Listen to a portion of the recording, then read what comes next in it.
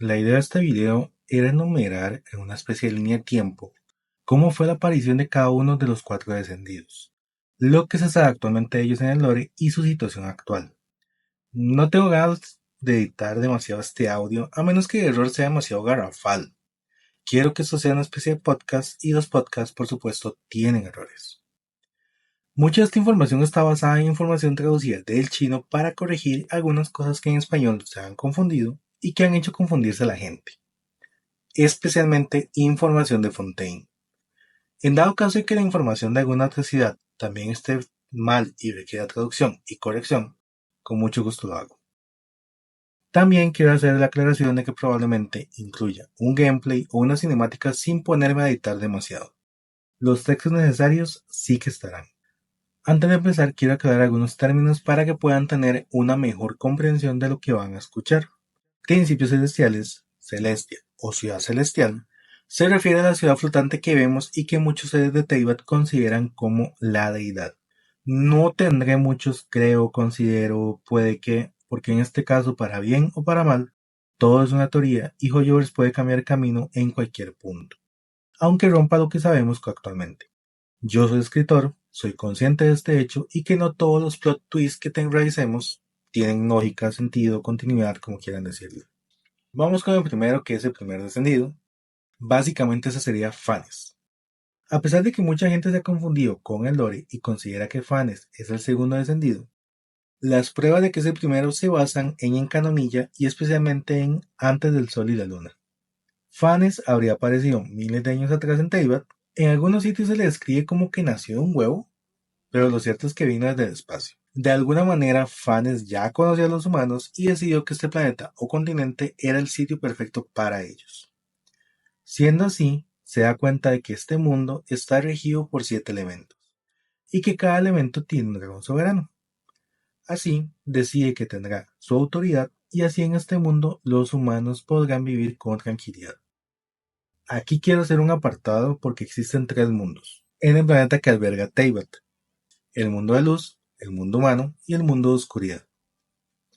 Phanes habría adaptado el mundo de la luz, donde habitaban los dragones y todos los seres que le sucedían, o habría creado el mundo humano y separado del mundo de la luz. Considero que la primera, así empezando, la primera es más viable, por los experimentos con lagartos, donde se dice que el mundo de la luz y el humano tienen cierto nivel de compatibilidad.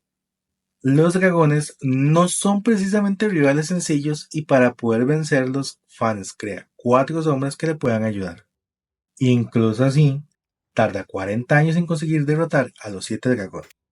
Hasta el momento actual, solo tenemos conocimiento de que le arrebatara la autoridad a uno sin asesinarlo, que en este caso sería a Pep. Por cansancio o por ideología, se cuenta que Phanes tenía una relación cercana con Enkanomiya, donde se aseguraba que aprendieran las cosas y que fueran libres y felices. Antes de entrar a la transición, actualmente solo se confirma que lo que hizo con una de sus autoridades. Esta es la de agua.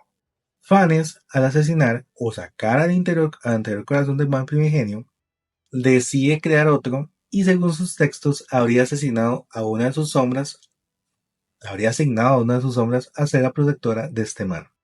Lo que hace mucho sentido, ya que el corazón del mal primigenio es un ser muy compasivo y bondadoso. Pero, si nos basamos en cómo se nos menciona en Alas del Oleaje Magnánimo, existen los controles de cada elemento, podríamos considerar un par de posibilidades más. Ruka de Bata o Nabu Malikata, una de estas podría ser una especie de corazón dendro, que nacieron al ser eliminada la autoridad de Apep sobre el elemento. Yo voy más por la primera debido a que al morir ella misma sacó al nuevo corazón de Irmisol. Para mí, Azdaja podría ser el corazón del elemento Geo.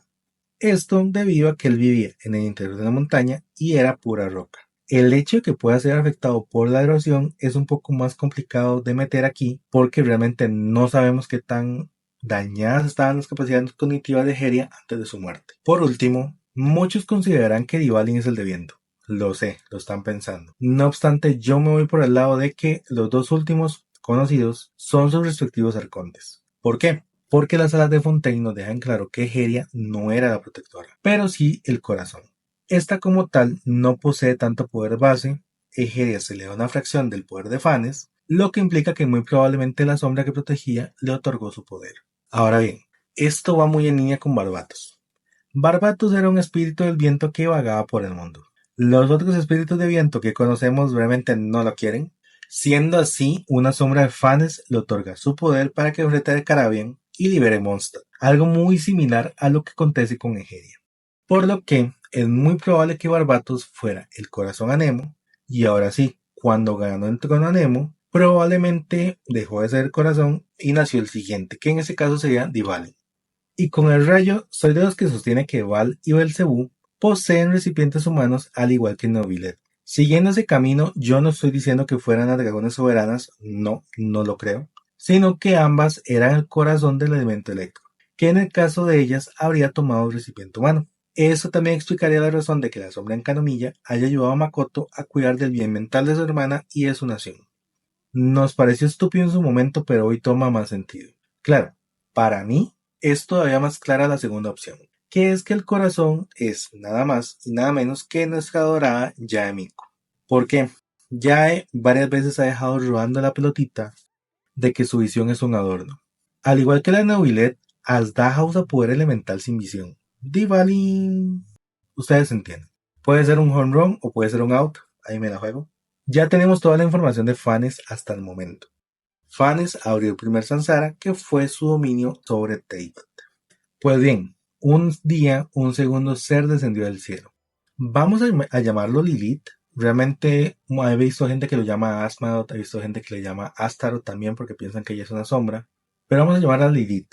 Más que todo por el papel que toma. Si vieron por ahí, es un nombre de demonio. Me gusta mucho Hapsin Hotel. Phanes y ella luchan. Es una batalla tan poderosa que la ciudad entera en Kanomiya sufre un daño colateral y cae al mar oscuro. Lilith habría ganado esta batalla. Phanes, probablemente debilitado por la guerra con los dragones y por haber asignado a sus sombras a diferentes corazones, ya no tiene poder para defenderse. Yo considero que Phanes fue vencido con el poder que se nos ve al final cuando duerme al viajero. Considero que ella venció hacia Phanes y por eso no pudo quitarle la autoridad, ya fuera que lo matara o lo que fuera, por eso no le pudo quitar la autoridad. La cuarta sombra, la que lo acompañaba, decidió cuidar de la gente en Kanomiya cuando un ataque de Lilith alcanzó su suelo y lo hizo trizas. Por lo tanto, Phanes quedó completamente solo.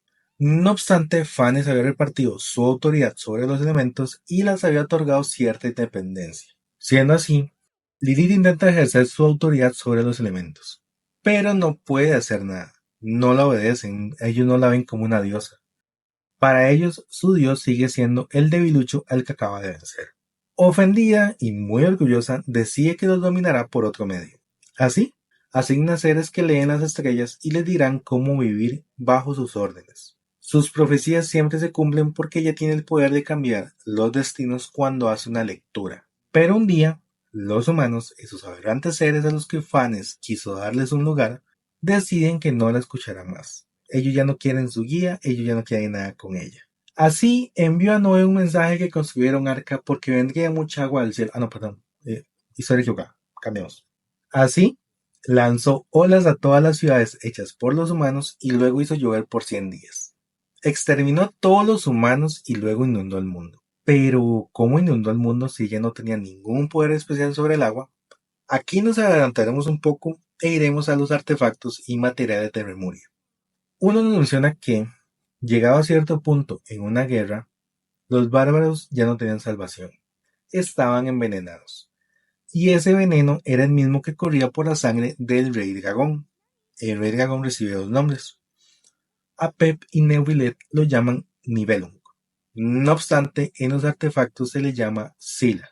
Sabremos que es el mismo por este simple hecho. Apep menciona que Nibelung comprendió conocimiento del espacio y lo llama conocimiento prohibido. Neuvillette menciona que Nibelung odia a los humanos. Sila se menciona que está envenenado con lo mismo que envenena a los bárbaros. Y con esos últimos se deja claro que se envenenan con el agua del manantial, que se mantiene lejos del poder del rey divino. Sila odia a los humanos y ataca el reino que posee humanos similares a los que trajo a los que trajo Phanes, ya no pude decir. Pues bien, el agua del manantial es conocimiento prohibido. ¿Por qué habría conocimiento prohibido allí y por qué parece ser primitivos a los humanos? Eso es bastante simple. Si es conocimiento del espacio, va a tener conocimiento que le dé la persona que lo puso ahí. Con APEP nos dimos cuenta que el conocimiento prohibido realmente es conocimiento de afuera, conocimiento que traen los descendientes. ¿Qué pasa? Con el viajero no pasa esto porque el viajero no tiene conocimiento, el viajero perdió sus recuerdos. Es por eso que el viajero realmente no está dando conocimiento prohibido a Teiva. Él simplemente está adquiriendo nuevo. Pero bueno, básicamente es conocimiento prohibido porque este es el conocimiento que Lilith colocó en el agua. Toda esta agua es el agua proveniente de la lluvia de los 100 días. Los humanos que sobrevivieran se convertirían en simples animales. ¿Por qué? Porque el agua les dice, ustedes son solo animales, ustedes son primitivos, vuelvan a sus raíces. Todo ser vivo necesita el agua, por lo que nadie puede escapar de esto. Durante siglos, Lilith vivió con tranquilidad, ya que cada vez que una pequeña zona de humanos decide elegir algo similar a un reino, ella se encargaba de destruirlo. Básicamente vigilaba las pequeñas disonancias en su reino porque eran muy pocas. Aquí avanzamos a la caída de Remuria. Se relata de una nación que se erigió en el sur de Fontaine, que esta nación era Gul. Uno de los errores de traducción que corregí para el video es justamente esta ciudad. Muchos consideran que este periodo de humano-animal fue más reciente debido a que hay un error de traducción bastante grave.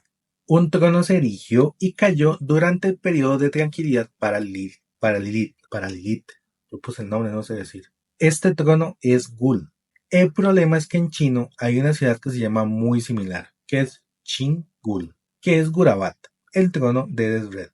También se dijo de una aristocracia que se instaló en el este al borde del mar. Ahora bien, ¿por qué Gul no puede ser el trono de Desret?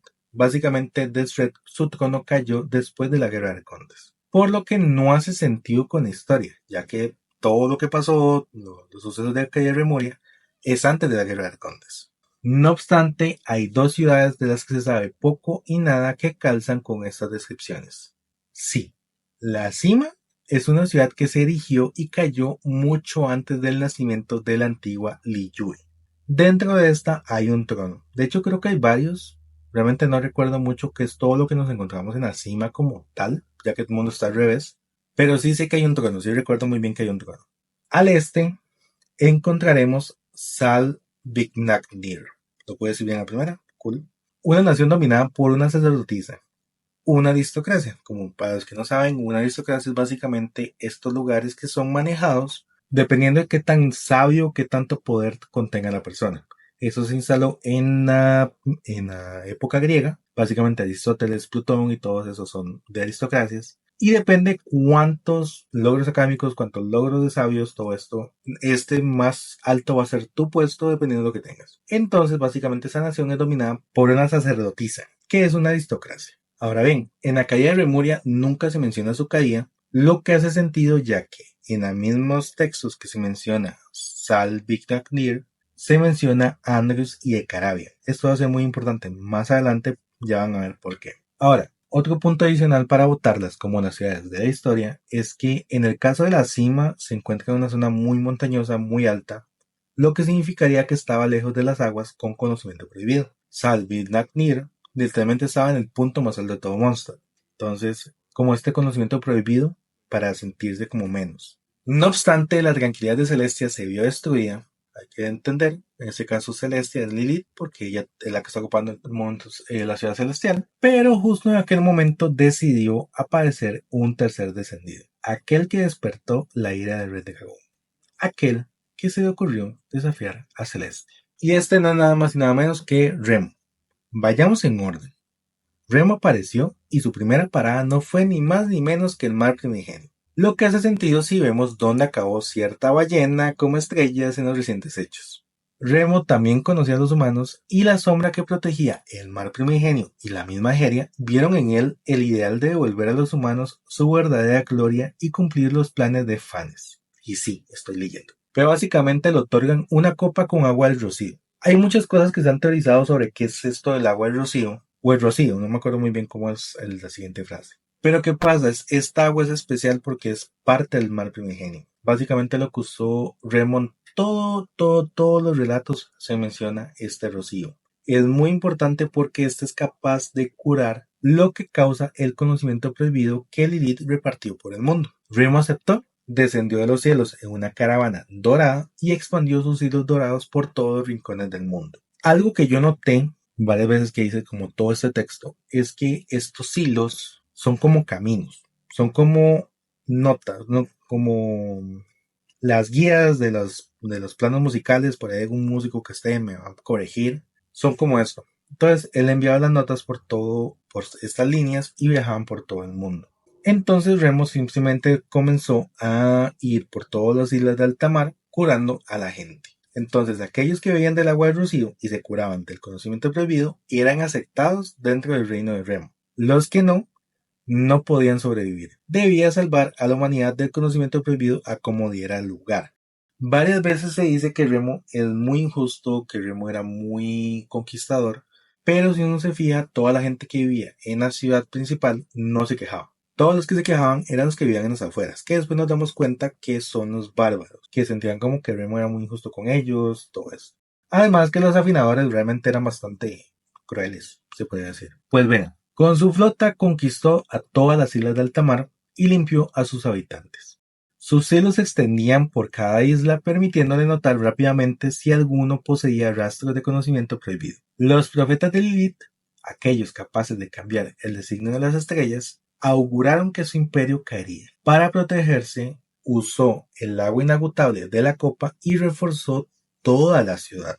No permitiría que la usurpadora tomara una vez más el poder. Me parece increíble que lo puedes decir en femenino o masculino, pero bueno, que me acordé de la novela. Los que no han visto me entienden. Entonces, ¿qué hizo Lilith? ¿Qué hizo Remo? Creó un faro tan enorme con el que poder avisar a aquellos seres sin conocimiento prohibido cuál era el camino a su ciudad. Ascendió a 4 humanos para compartirles su poder. Esto hizo enfadar aún más a Lilith. Ese poder para ella estaba limitado a los dioses. Ella no podía concebir la idea de que unos seres que para ella no eran tan diferentes de las otras bestias que habitaban aquellos páramos, tuvieran la inteligencia o el poder de un dios. Eran seres inferiores y así debían quedarse. Pero un buen día, Remo dormía, cuando los bárbaros y el rey dragón decidieron que era el momento perfecto para atacar. Se habían escondido en las montañas donde el agua del manantial proveída por Celestia estaba lejos de su alcance. No podían arrebatarles su preciado conocimiento prohibido. El dragón veía como bestias a aquellos bárbaros, por lo que podía diferenciar fácilmente unos de otros. Y Dille, ya lo he dicho varias veces, creo que por ahí lo mencioné, sí es Eriño en este caso, pero el problema es que en chino se menciona como masculino. Sí se dice que es un hombre, el que usa la espada, el que tiene el fulgor de aguas calmas. Irille sería básicamente lo que para nosotros serían las eriñas, pero en masculino. Entonces, para no complicarse y viendo que pues había muchos personajes femeninos, decidieron que nada más lo iban a cambiar así o que lo iban a mantener como, ok, Erinia para masculino, no importa, no le vamos a poner Erini. Pero sí, él es masculino. Pero aquí vamos a tener como femenino y vamos a decir que fue una bárbara que había sobrevivido a su conversión. Ella lideraba las tropas, como se comenta en justamente Fulgor de Aguas Calmas y después en Son de Antaño. Remo convoca a todos sus afinadores, sacerdotes y guardias a su salón. Parecía dar todo para salvar a su reino. Cargó su poder y atacó, dándole a los suyos. Uno de sus afinadores, Boecio, despertó en los escombros de los pisos inferiores. ¿Por qué su dios los había atacado? ¿Dónde rayos estaba? Daba igual, él debía seguir con su misión. Por todo su reino, los hilos de Remo empezaron a reventar y la tierra de todas las islas rugió. Boecio tomó la copa del rocío. No podía permitir que aquel dragón viviera. Usó su poder para invocar a la vida a los guardias y enfrentarlo. Así, con la copa lanzó todo su poder y los congeló a todos en un líquido que jamás podría ser disuelto. Finalmente, la sala, los guardias, el dragón y el mismo Boecio fueron alcanzados pronto por las aguas que rodeaban Fontaine, y todos se hundieron en las profundidades del mar. Remo, por su parte, se dio cuenta muy tarde que había caído en una trampa. Su ataque le había dado a los suyos y a sí mismo. De alguna forma se había activado un segundo poder. Un poder que lo sumió en un profundo letargo, tanto que no se enteró que se encontraba dentro de la ciudad celestial. A su lado, Lilith se preparaba para acabar de una vez por todas con él.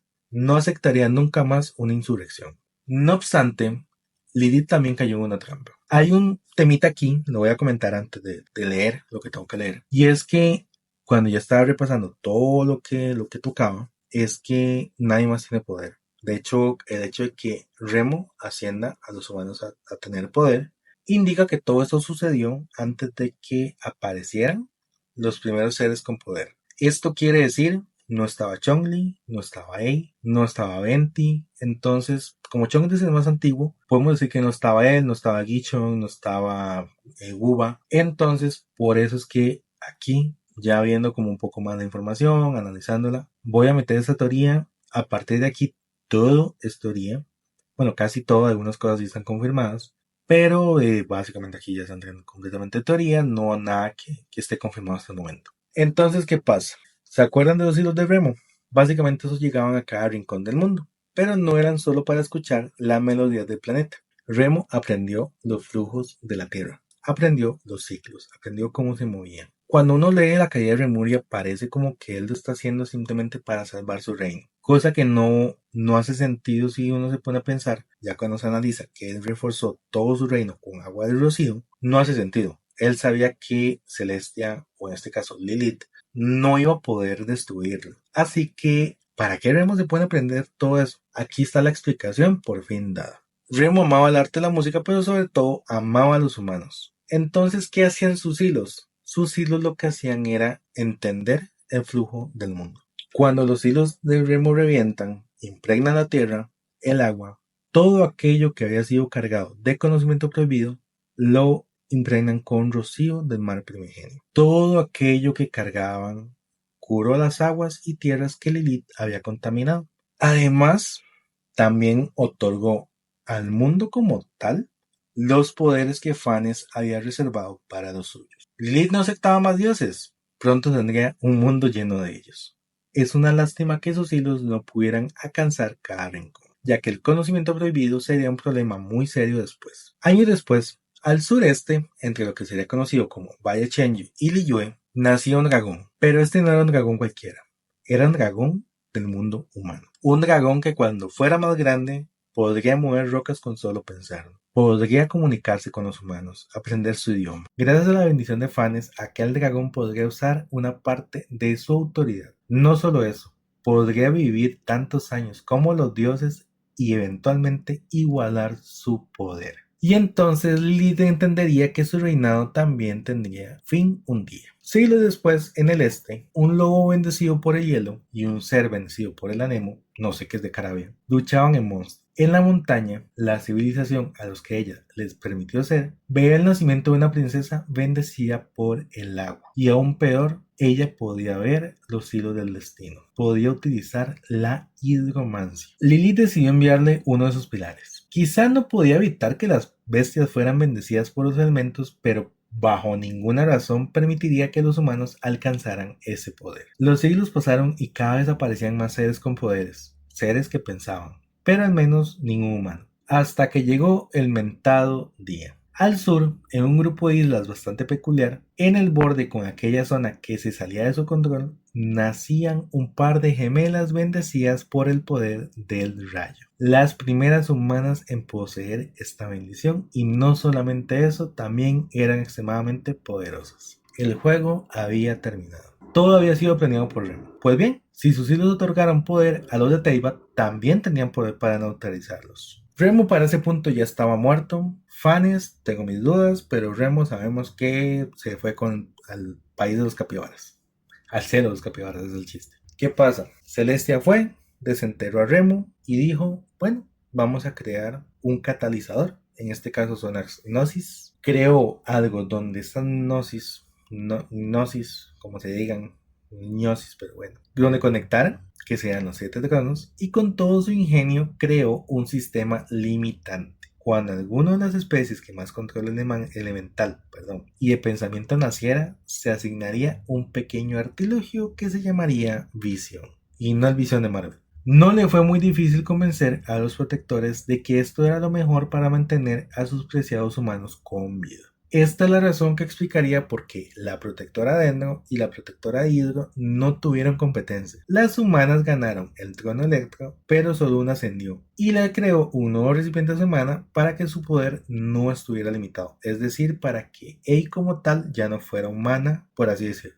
Ahora, ¿qué pasó con los demás? Bueno, Venti fue el último en ganar, y sabemos que al menos Él no se menciona que tuviera ningún contacto con Lilith, pero hay un dios al que lo atacaron demasiado, que tuvo que luchar como contra 1000 otros dioses, y ese dios de los contratos. Y suponiendo que el juego es chino, a mí me suena como que lo vendan como que él es el que tuvo más remordimientos y no voy a hacer eso, y por eso tanto ataque, y que probablemente cuando Gishon murió, él fue como, bueno, acepto, ya perdí lo que quería. Pero bueno, básicamente Lilith sonrió, recuperó el control de todo lo que había hecho. Ahora, aquí es un poquito raro, me van a entender. No obstante, uno de sus profetas decidió escaparse y unirse al mundo. Se llevó consigo no solamente el poder de cambiar los designios del cielo, sino que también le comentó a unas humanas muy especiales y una elfa algunos de los secretos de la ciudad celestial, cómo viajar a otros mundos, cómo traer conocimiento a otros mundos, y además les mostró el conocimiento prohibido que Lilith había lanzado sobre el continente. Me imagino que ya saben de quién estoy hablando.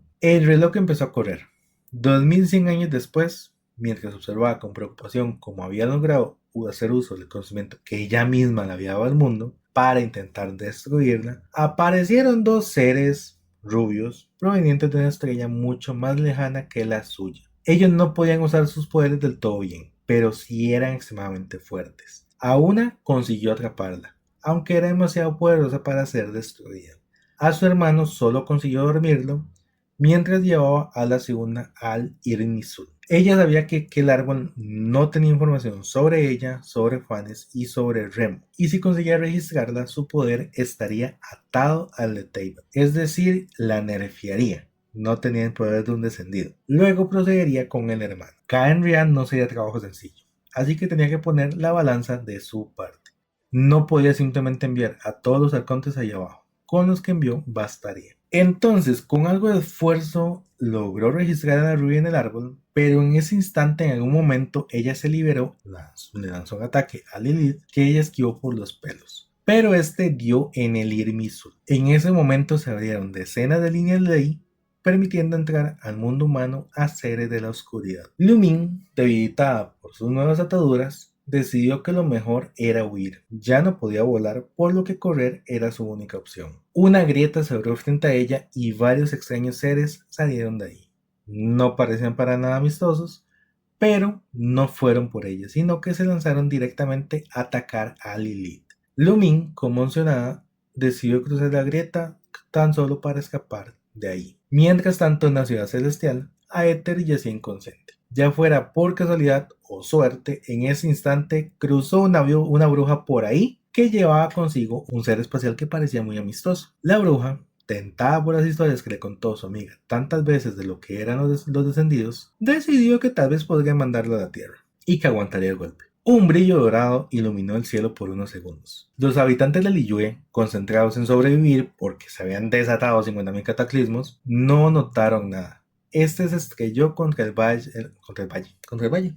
hay un valle ahí, contra el bosque Guyun, quedando oculto de la vista de los curiosos. A unos cuantos metros habían como 20 guardianes de las ruinas que básicamente desanimaban a cualquier aventurero a que quisiera visitar ahí. Sin contar que estaba lleno de restos de dioses ahí y lo que andaba limpiando Shao y los demás. Creo que para nadie valía la pena el riesgo. 500 años después, el sonido de algo ahogándose lo alertó. Curioso, Aether despertó, encontró una pequeña de cabello blanco ahogándose en el agua y decidió salvarla, mientras miraba a todas partes sin entender cómo diablos había llegado ahí. Muchísimas gracias si escucharon todo este podcast, de verdad agradezco muchísimo el apoyo, agradezco muchísimo que estén aquí y son las 4 de la mañana, yo estoy grabando esto, a mí me va a echar de la casa. Muchísimas gracias a todos, espero que cuando llegue a subir esto les guste muchísimo. Por supuesto soy súper abierto a comentarios, que me digan como no me gustó esto, esto me parece una fumada. Soy súper abierto a eso. Creo que las teorías son como para abrirnos todos en qué pensamos y que nadie juzgue a nadie. Yo investigué lo mejor posible, pueden que me hayan faltado cositas, pero por supuesto siempre abierto a mejorar, siempre abierto a que me digan que se me fue algún detalle, porque yo no soy tan adicto al Genshin como para decirles sí, explodé el 200% todo. No. Entonces, muchísimas gracias a todos por quedarse. Yo soy Mura Pumbu. Tengan una linda noche, linda tarde, linda mañana, lo que estén pasando. Hasta luego.